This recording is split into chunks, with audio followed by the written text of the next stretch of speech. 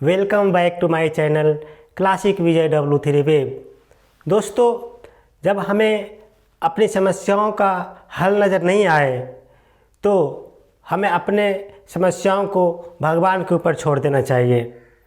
कभी कभी आपने देखा होगा, आपने बहुत कोशिश की, अपने हिसाब से बहुत मेहनत की, लेकिन आपको आपके मेहनत के अनुसार उसके फल नहीं मिलता है। कभी कभी क्या होता है कि हम बहुत कुछ करना चाहते हैं, लेकिन उसमें कुछ काम ऐसे होते हैं जो कि हमारे बस के नहीं होते। तो इस केस में हम अपने इस काम को भगवान के ऊपर छोड़ देते हैं कि भगवान मेरे बस की नहीं है, आप इस काम को आप देख लेना। तो कभी कभी ऐसा आपने देखा भी होगा कि अगर भगवान के ऊपर आप किसी काम को छोड़ देते हैं और आपके ऊपर भगवान के ऊपर श्रद्धा है, विश्वास है, तो वो काम भी आपको पूरा हो जाता है। तो इसी को आप ऐसे भी बोल सकते हैं कि भक्ति में शक्ति होती है। जो इंसान भक्ति के साथ अपने पूरे मन के साथ भगवान को ध्यान लगाता है, भगवान को याद करता है, भगवान उसके काम को पूरा करते हैं।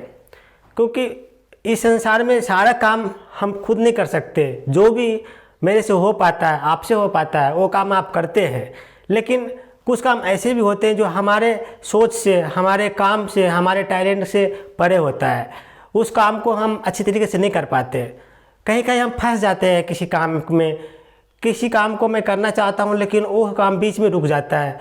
जब बहुत ज़्यादा निराश हो जाते हैं, हताश हो जाते हैं, तो इस केस में हम भगवान को याद करने लगते हैं कि भगवान, ये मेरे बस की नहीं है, ये इतना मेरे से नहीं हो पाएगा। जितना मेरे से करना था कर लिया, जितना मेरे से होना था हो गया, अब इसे आप देख लो, इसे आप ही पूरा कर सकते हो।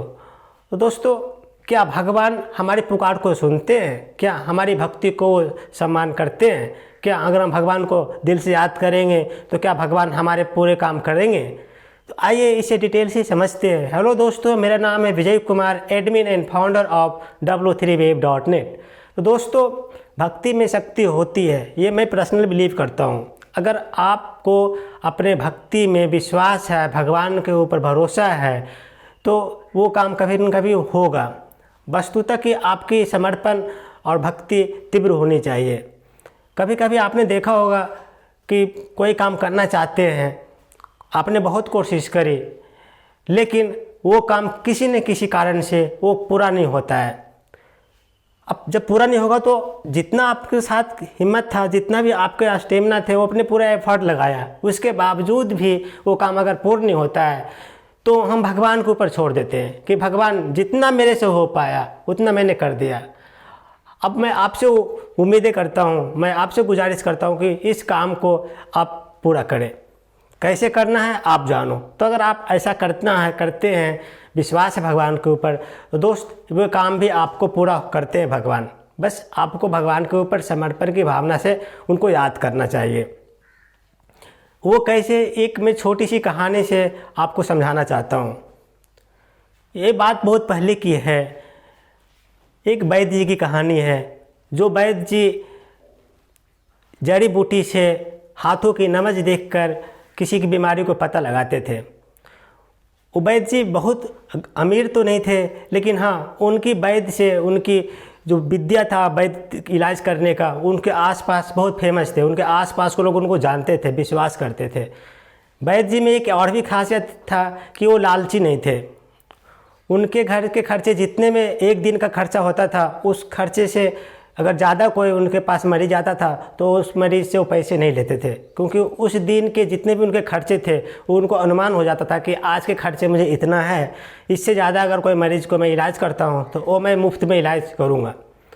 तो उस वैद्य जी के साथ ये भी होता था कि जब वो घर से अपने दुकान के लिए चलते थे, क्योंकि उनका घर से जो गाँव की छोटा सा बाज़ार था, उस बाज़ार में उनका एक दुकान हुआ करता था, जो जहाँ पर मरीज़ को वो देखा करते थे। तो जब भी वो घर से अपने दुकान के लिए निकलते थे तो उनकी जो पत्नी थी, वो आज की क्या क्या राशन लाने हैं, क्या क्या मुझे आटा लाने हैं, चावल लाने हैं, तेल मसाले और भी घर की जो भी ज़रूरतें की चीज़ें वो कागज़ पे लिख देती थी और पंडित जी को हाथ में दे देती थी। जब वो पंडित जी अपनी दुकान पे आते थे, जहाँ डिस्पेंसरी, जहाँ उनका वो मरीज़ को देखना होता था, वहाँ पर जा कर के वो पर्ची देखते थे और पर्ची देख कर के वो अनुमान लगाते थे कि इतने जो हमारी पत्नी ने लिखा है ये इतने रुपये तक हमारा सामान आ जाएगा और मुझे इतने मरीजों को देखने के बाद इतने रुपये में जब आ जाएगा तो मैं अपना घर में सारे सामान को लेकर चला जाऊंगा। तो ऐसा ही हो रहा था, कई सालों से ऐसा हो रहा था कि पंडित जी पत्नी के लिखे हुए जो भी उनके सामान की लिस्ट होता था वो लिस्ट को देखते थे और उतना ही पैसा वो मरीजों से लेते थे जब तक कि उनकी सामान की लिस्ट पूरी नहीं हो जाता। उससे लिस्ट पूरी होने के बाद उसके बाद जो भी मरीज आता था उससे वो पैसे नहीं लेते थे। तो एक समय की बात है कि पंडित जी जब वो अपने दुकान में आकर के वो लिस्ट देखते हैं तो देखते हैं कि राशन के सामान के साथ साथ सबसे नीचे में एक लाइन लिखा हुआ था। वो लाइन लिखा हुआ था कि आज शाम को जब आप दुकान से घर वापस आएंगे तो अपने बेटिया के लिए शादी के कुछ कपड़े और शादी के कुछ गहने लेकर आइएगा। ये पढ़कर पंडित जी को बहुत ही परेशानी महसूस हुई, बहुत ही आश्चर्य होने लगे कि इतने एक दिन में इतनी कमाई तो मेरी होगी नहीं और आज ये पहली बार हमारे बीवी ने ऐसा लिखा है कि हमारे बच्चे के लिए शादी के कपड़े और शादी के गहने भी लेकर आइएगा और इतने हमारे पास तो मरीज आएगा भी नहीं और इतने पैसे तो आज एक दिन में जुट नहीं पाएगा। तो वो थोड़ा घबरा गए। घबराने के बाद वो सोचने लगे कि पहले तो हमारी बीवी लिख देती थी राशन के सामान कि ये आज ये धनिया नहीं है, आज प्याज नहीं है, आज मिर्च नहीं है, आलू नहीं है, जो भी रसोई के सामान होता था वो लिस्ट में लिखती थी। आज वो लिस्ट के नीचे लिख दिए कि हमारे बेटी की शादी की जो कपड़े हैं और उसके गहने हैं उसके इंतज़ाम करना है और आज शाम को लेकर आना है।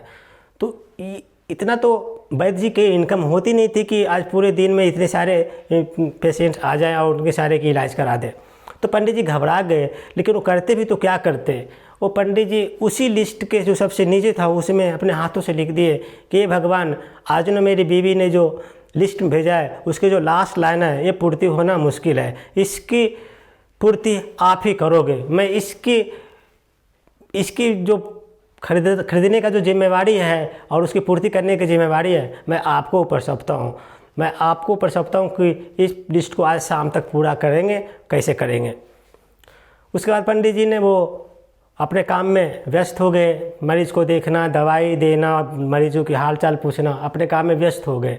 जब शाम हो गई तो जब पंडित जी के जब जाने के थोड़ा से पहले एक उनके दुकान पर एक बहुत ही महंगी गाड़ी आके रुकती है। महंगी गाड़ी से एक बहुत बड़ा बिजनेसमैन उतरते हैं।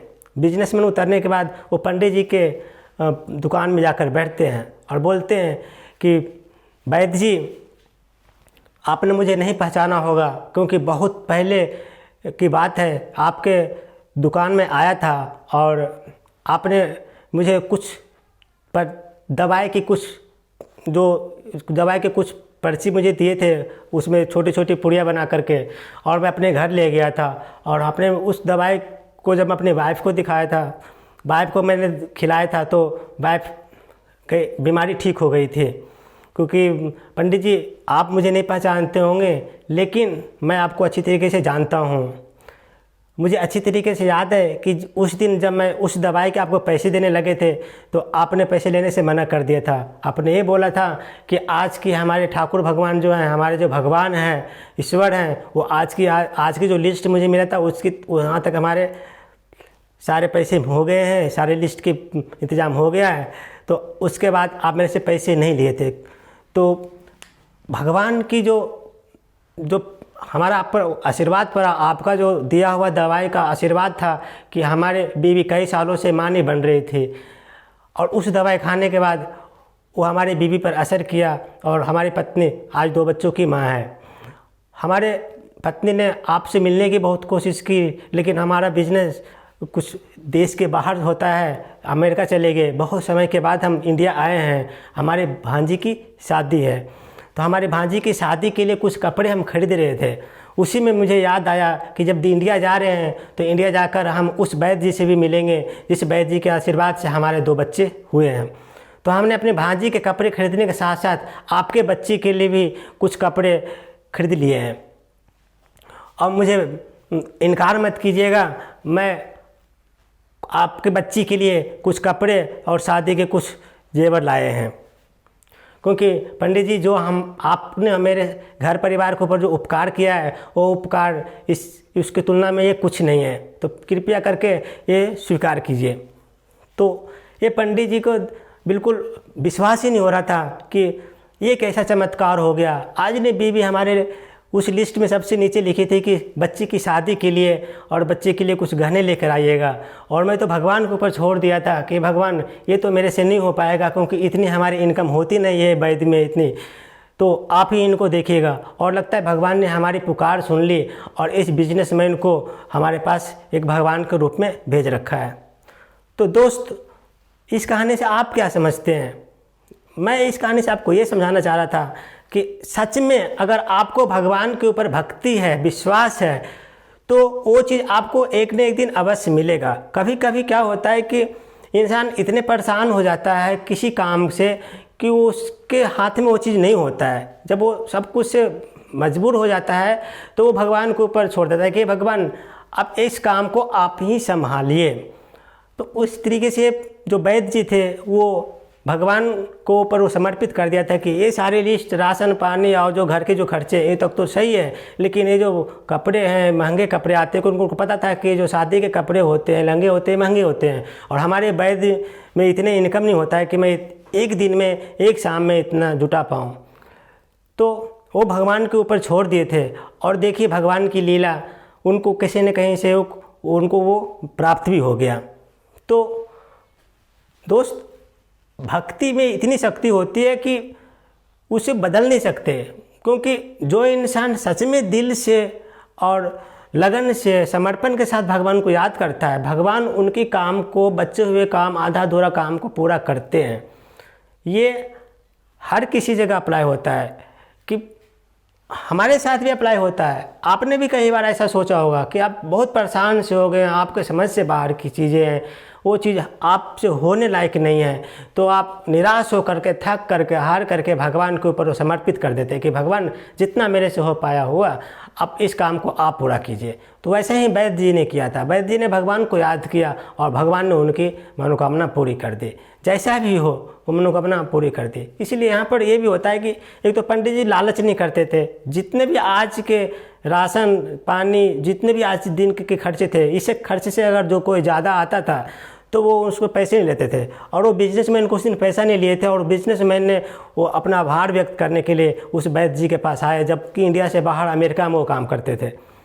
तो अमेरिका से काम करने के बाद बिजनेस सिलसिले में वो अपने घर परिवार से मिलने के लिए आए थे। उनकी भांजी की शादी थी, वो भांजी की शादी के लिए कपड़े खरीद रहे थे। उस समय उनको याद आया कि वैद्य जी की कृपा हमारे ऊपर बहुत है, जब आए हैं तो हम वैद्य जी से एक बार मिलेंगे, और वैद्य जी के बच्चों के लिए भी हम एक्स्ट्रा कपड़ा खरीद लेते हैं, जो कि हम भांजी के लिए खरीद रहे हैं, उसे कुछ एक्स्ट्रा कपड़े और गहने खरीद लेते हैं, और इससे हम वैद्य जी को अपना, एक तरीके से वैद्य जी को हम अपना जो उनका जो आभार है उसे भी हम व्यक्त करने का मौका मिलेगा। तो दोस्त, ये जो सारे जो सर्कमटेंस होते हैं, जो घटना घटते हैं हमारे लाइफ में, ये कहीं ना कहीं भगवान का बनाया हुआ, भगवान का किया हुआ प्लान होते हैं। वस्तुतः कि आप भगवान पर भरोसा कीजिए और बिल्कुल श्रद्धा से कीजिए। अगर श्रद्धा से भगवान की करेंगे भक्ति, तो उस भक्ति में शक्ति होती है दोस्त, ज़रूर होती है। तो आज की वीडियो आपको कैसी लगी? अगर वीडियो अच्छी लगी है तो प्लीज़ लाइक कर दीजिए, शेयर कर दीजिए, और अगर आप हमारे चैनल पर नए हैं, सब्सक्राइब नहीं किया है तो प्लीज़ सब्सक्राइब कर दीजिए। और अगर कोई थॉट है, कोई विचार है, कोई सजेशन है, please write in comment box. Thank you so much.